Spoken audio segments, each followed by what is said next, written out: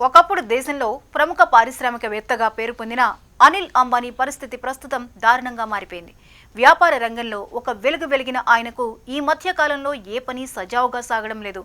చాలా రోజులు lime light లో ఉండి తిరిగొచ్చిన తర్వాత ఆరంభంలో కాస్త సత్తా చాటినా ఇప్పుడు పరిస్థితి తలకిందులైంది. వరుసగా కేసులు, ఆర్థిక ఇబ్బందులు ఆయన్ను వెంటాడుతున్నాయి. తాజాగా ఆయన కుమారుడిపైన కేసు నమోదవడంతో పరిస్థితి మరింత క్లిష్టమైంది. దీని ప్రభావం నేరుగా అనిల్ ధీరుభాయ్ అంబానీ గ్రూప్ కంపెనీల షేర్లపై పడింది. స్టాక్స్ ఒక్కసారిగా భారీగా పడిపోయాయి. అంతేకాదు, దేశీయ స్టాక్ మార్కెట్ కూడా ప్రస్తుతం ఒత్తిడిలోనే ఉంది. గత కొన్ని రోజులుగా సూచీలు వరుసగా నష్టాల్లో నమోదవుతున్నాయి. ఇప్పుడు కూడా అదే ధోరణి కొనసాగింది. యుఎస్ ఫెడరల్ రిజర్వ్ కీలక వడ్డీ రేట్లను అర్ధరాత్రి ప్రకటించనున్నందున ఇన్వెస్టర్లు జాగ్రత్తగా వ్యవహరిస్తున్నారు. భారీ కంపెనీల స్టాక్స్తో అమ్మకాల ఒత్తిడి స్పష్టంగా కనిపిస్తోంది. బుధవారం సెషన్లో మధ్యాహ్నం 1 గంట సమయానికి బొంబాయి స్టాక్ ఎక్స్చేంజ్ చూసి సెన్సెక్స్ సుమారు 150 పాయింట్లు పడిపోయి 84,500 వద్ద ట్రేడ్ అవుతోంది. మరోవైపు నేషనల్ స్టాక్ ఎక్స్చేంజ్ నిఫ్టీ 40 పాయింట్లకు పైగా తగ్గి 25,800 స్థాయిని తాకింది. ఈ పరిస్థితుల్లో ముఖ్యంగా అనిల్ ధీరుభాయ్ అంబానీ గ్రూప్ స్టాక్స్ ఎలా ప్రభావితమయ్యాయన్నదే ప్రధాన చర్చగా మారింది. బుధవారం అనిల్ అంబానీకి చెందిన రిలయన్స్ గ్రూప్ కు భారీ ఎదురుదెబ్బ తగిలింది. ఆయనకు చెందిన పలు కంపెనీల పేర్లు వరుసగా పడిపోతున్నాయి. ఇప్పటికే మనీ లాండరింగ్ ఆరోపణల నేపథ్యంలో ఈడీ, సిబిఐ దర్యాప్తులు కొనసాగుతుండగా ఈ నేపథ్యంలో స్టాక్స్ భారీగా పతనమయ్యాయి. ఈ పరిస్థితుల్లో మరో కొత్త పరిణామం వెలుగులోకి రావడంతో షేర్లు ఇంకా దిగజారాయి. తాజాగా అనిల్ అంబానీ కుమారుడు అన్మోల్ అంబానీ పైన సిబిఐ కేసు నమోదు చేసినట్లు తెలుస్తోంది. యూనియన్ బ్యాంకు సుమారు 228 కోట్ల రూపాయల నష్టం కలిగిన వ్యవహారంలో ఈ కేసు నమోదైంది.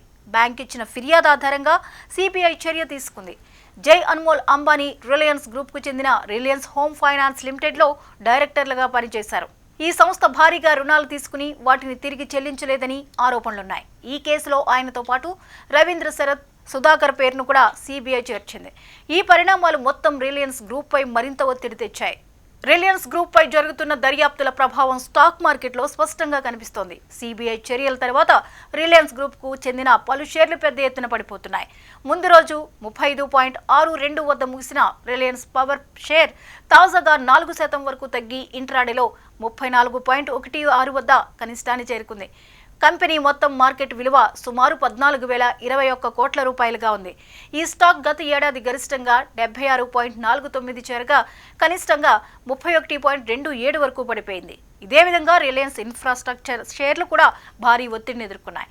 ఇంట్రాడేలో 5% పైగా పడిపోయి 132.68 వద్ద కనిష్టాన్ని తాకాయి. వాటి విలువ ప్రస్తుతం 3% నష్టంతో 135.50 వద్ద ఉంది.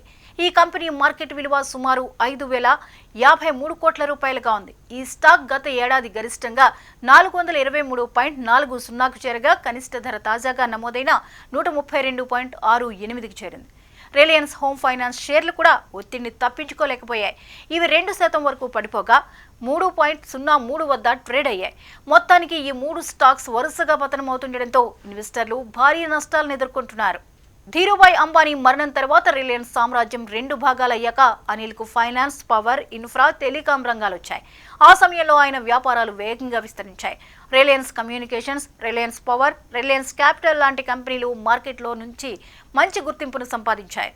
కానీ ఈ విస్తరణే ఆయన పతనానికి కారణమైంది. భారీ రుణాలతో వ్యాపారాన్ని నిర్వహించే ప్రయత్నం మొదట్లో లాభాలను ఇచ్చినా తరువాత భారంగా మారింది. టెలికాం రంగంలో జియో ప్రవేశం రిలయన్స్ కమ్యూనికేషన్ కు పెద్ద దెబ్బగా మారింది. కస్టమర్లు పోవడంతో ఆదాయం తీవ్రంగా పడిపోయింది. రుణాలు చెల్లించే స్తోమత తగ్గిపోయింది. చివరికి కంపెనీ దివాలా దిశగా నడిచింది. ఇన్ఫ్రాస్ట్రక్చర్, పవర్ రంగాల్లో కూడా పరిస్థితి పెద్దగా మారలేదు. అసాధ్యమైన ప్రాజెక్టులు, ఆర్థిక ఒత్తిడి, మార్కెట్లో పోటీ కారణంగా ఈ రంగాల్లో ఆయనకి ఊహించిన ఫలితాలు రాలేదు. రిలయన్స్ పవర్ ఐపీఓతో భారీ హైప్ వచ్చిన తర్వాత కంపెనీ పనితీరు పెట్టుబడిదారులను నిరాశపరిచింది. ఒకప్పుడు బిలియన్లలో ఉన్న ఆయన ఆస్తి విలువ తగ్గిపోతూ కోర్టుల్లో రుణ సమస్యలు ఎదుర్కొంటూ పరిస్థితి మరింత క్లిష్టంగా మారింది. అనిల్ అంబానీ పతనానికి వ్యాపార నిర్ణయాల్లో ఉన్న లోటుపాట్లు కూడా కారణమయ్యాయి. సరైన సమయంలో వ్యూహాలు మార్చకపోవడం, రుణాలపై ఎక్కువగా ఆధారపడటం, మార్కెట్ మార్పులను గుర్తించడంలో అప్రమత్తంగా లేకపోవడం ఆయన సామ్రాజ్యాన్ని బలహీనపరిచాయి. దీంతో ఒకప్పుడు ఫోర్బ్స్ ధనవంతుల జాబితాలో ఉన్న అనిల్ కొద్ది కాలంలోనే ఆర్థిక సమస్యలతో బాధపడే స్థితికి చేరుకున్నారు. ఇప్పుడు ఆయన కొడుకు కూడా కేసుల్లో చిక్కుకోవడంతో కంపెనీ షేర్లు దారుణంగా పడిపోయాయి.